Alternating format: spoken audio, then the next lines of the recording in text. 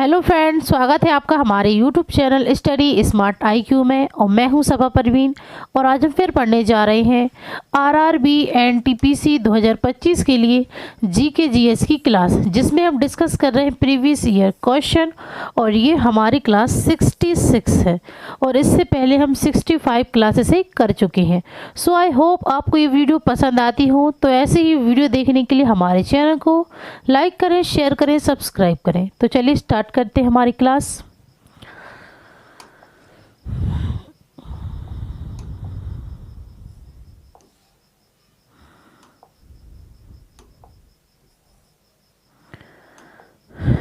ठीक है, चलिए तो फर्स्ट क्वेश्चन है, निम्नलिखित में से किसने स्वदेशी आंदोलन के माध्यम से औपनिवेशिक शासन के उग्र विरोध की वकालत नहीं की थी? तो किसने स्वदेशी आंदोलन के माध्यम से औपनिवेशिक शासन के उग्र विरोध की वकालत नहीं की थी? तो ये नहीं की थी गोपाल कृष्ण गोखले ने। ठीक है, तो राइट आंसर होगा ऑप्शन डी, गोपाल कृष्ण गोखले। अब यहाँ पे हम बात करें गोपाल कृष्ण गोखले की, तो गोपाल कृष्ण गोखले यह महात्मा गांधी के राजनैतिक गुरु थे। ठीक है, ये महात्मा गांधी के राजनैतिक गुरु थे और इन्होंने 1905 में सर्वेंट्स ऑफ इंडिया सोसाइटी की स्थापना की। ठीक है, सर्वेंट ऑफ इंडिया सोसाइटी की स्थापना की थी गोपाल कृष्ण गोखले ने। ठीक है, फिर अब हम बात करें यहाँ पे बिपिन चंद्र पाल। तो बिपिन चंद्र पाल यह गरम दल के नेता थे। ठीक है ना, यह गरम दल के नेता थे और इन्हें भारत में क्रांतिकारी विचारों का जनक भी कहा जाता है। ठीक है ना, क्रांतिकारी विचारों का जनक कहा जाता है किसे? बिपिन चंद्र पाल को। ठीक है, फिर बात करें बाल गंगाधर तिलक। तो बाल गंगाधर तिलक इन्हें लोकमान्य के नाम से भी जाना जाता है। ठीक है ना, लोकमान्य के नाम से भी इन्हें जाना जाता है बाल गंगाधर तिलक को। और बाल गंगाधर तिलक यह भी गरम दल के नेता थे। ठीक है ना, गरम दल के नेता थे बाल गंगाधर तिलक। और बाल गंगाधर तिलक इन्होंने 1916 में होम रूल लीग की स्थापना की थी। ठीक है ना, होम रूल लीग की इन्होंने स्थापना की थी 1916 में। कहाँ पर? तो ये की थी पुणे में। ठीक है, और बाल गंगाधर तिलक इन्हें भारतीय अशांति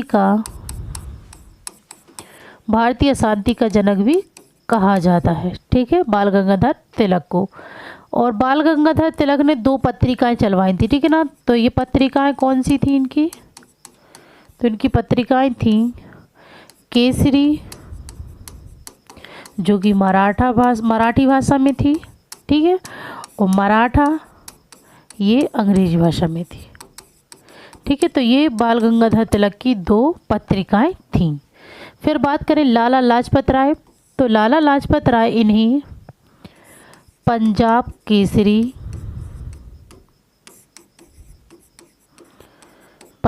केसरी और शेर ए पंजाब के नाम से भी इन्हें जाना जाता है लाला लाजपत राय को। लाला लाजपत राय इन्होंने पंजाब नेशनल बैंक की स्थापना की।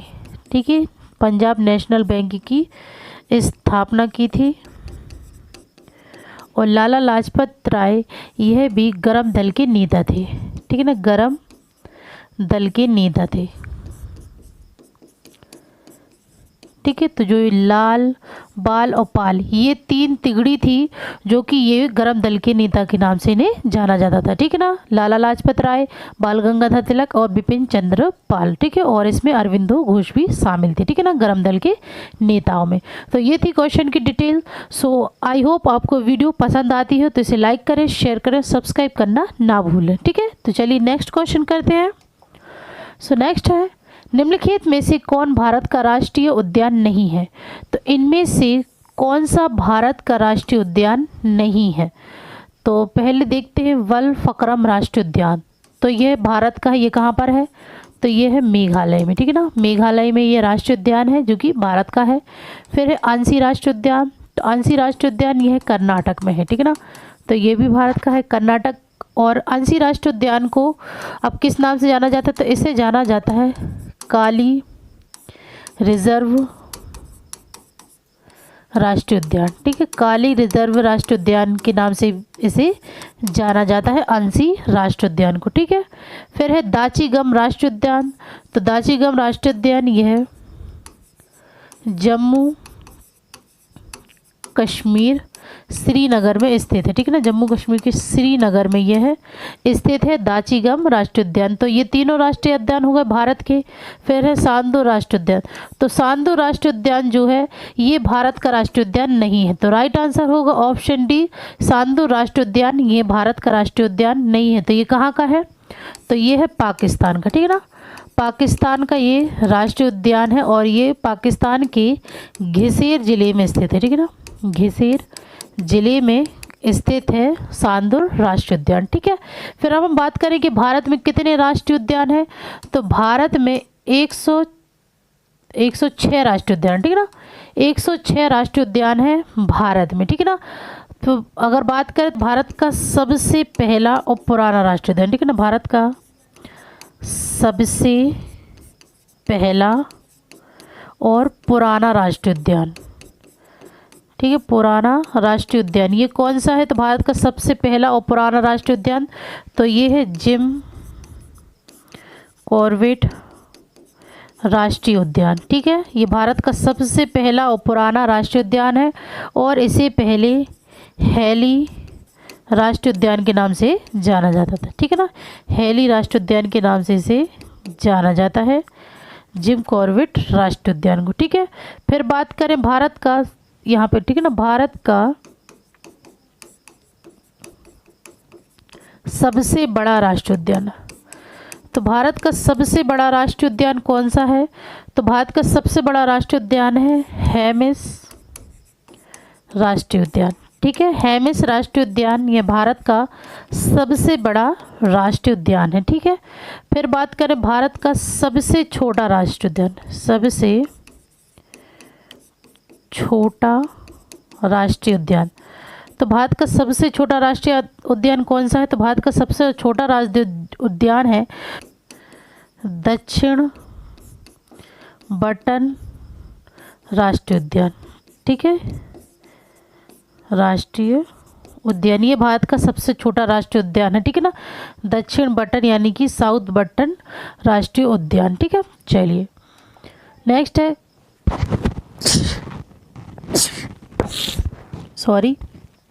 नेक्स्ट है 1960 में भारत और पाकिस्तान के बीच सिंधु जल संधि पर हस्ताक्षर किस शहर में किए गए थे?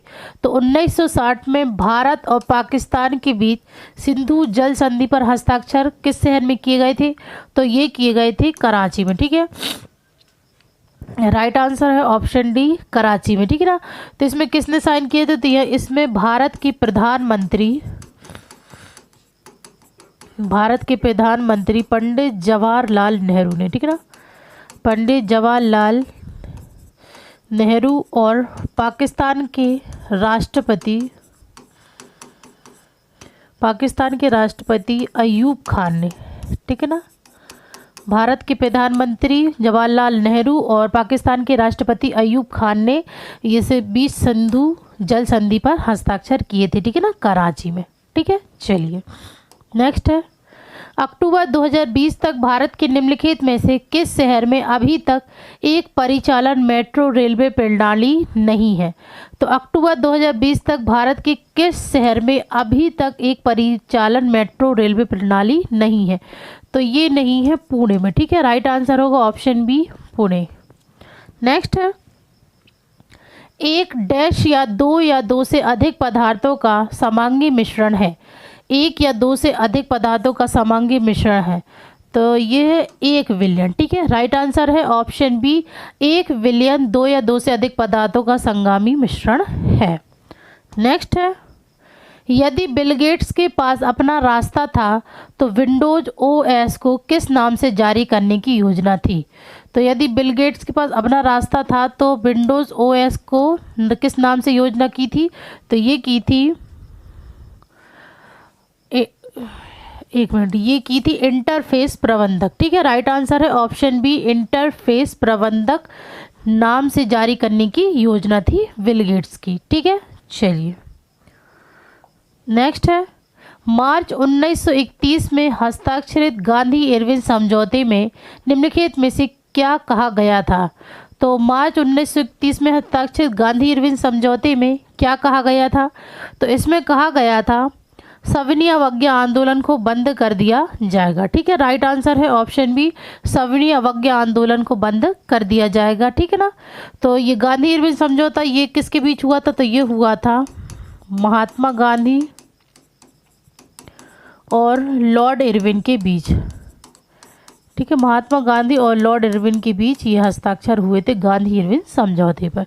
ठीक है, तो अभी यहाँ पे हम बात करें महात्मा गांधी की, तो महात्मा गांधी इन्हें बापू, राष्ट्रपिता, साबरमती का संत,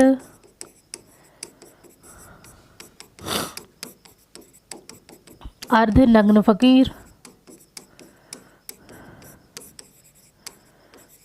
इन नामों से इन्हें जाना जाता है। ठीक है ना, महात्मा गांधी को महात्मा और महात्मा। ठीक है ना, महात्मा।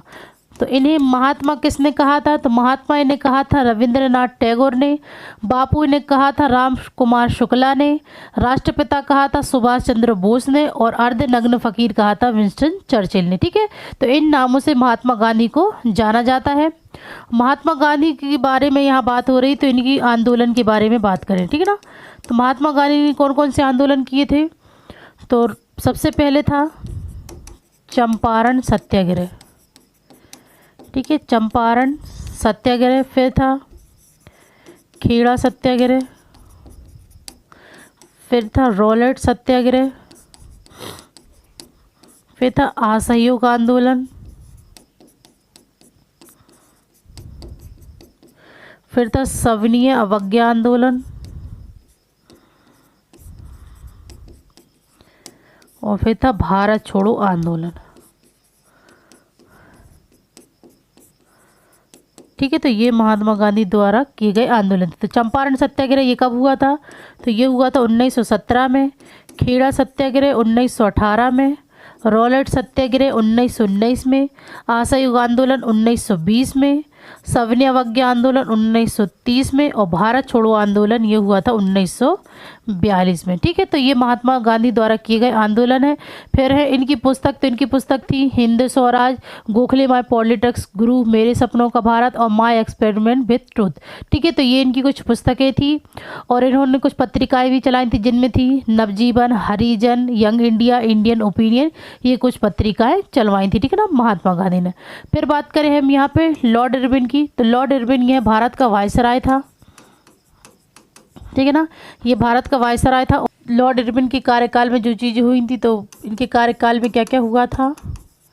लॉर्ड इरविन के कार्यकाल में, तो इनके कार्यकाल में हुआ था सविनय अवज्ञा आंदोलन और इनके कार्यकाल में हुआ था दांडी मार्च। ठीक है, और इनके कार्यकाल में साइमन कमीशन भारत आया था। ठीक है, तो ये चीज़ें इनके कार्यकाल में हुई थी, लॉर्ड इरविन के कार्यकाल में। ठीक है, चलिए तो नेक्स्ट कहते हैं, नेक्स्ट है भारतीय परमाणु कार्यक्रम का जनक किसे माना जाता है? भारतीय परमाणु कार्यक्रम का जनक किसे माना जाता है? तो यह माना जाता है डॉक्टर होमी भाभा को। ठीक है, ये भारतीय परमाणु कार्यक्रम के जनक थे। ठीक है, फिर बात करें एपीजे अब्दुल कलाम, तो एपीजे अब्दुल कलाम इन्हें मिसाइल मैन के नाम से जाना जाता है। ठीक है ना, मिसाइल मैन के नाम से इन्हें जाना जाता है और ये भारत के पूर्व राष्ट्रपति थे। ठीक है, भारत के पूर्व राष्ट्रपति रहे एपीजे अब्दुल कलाम।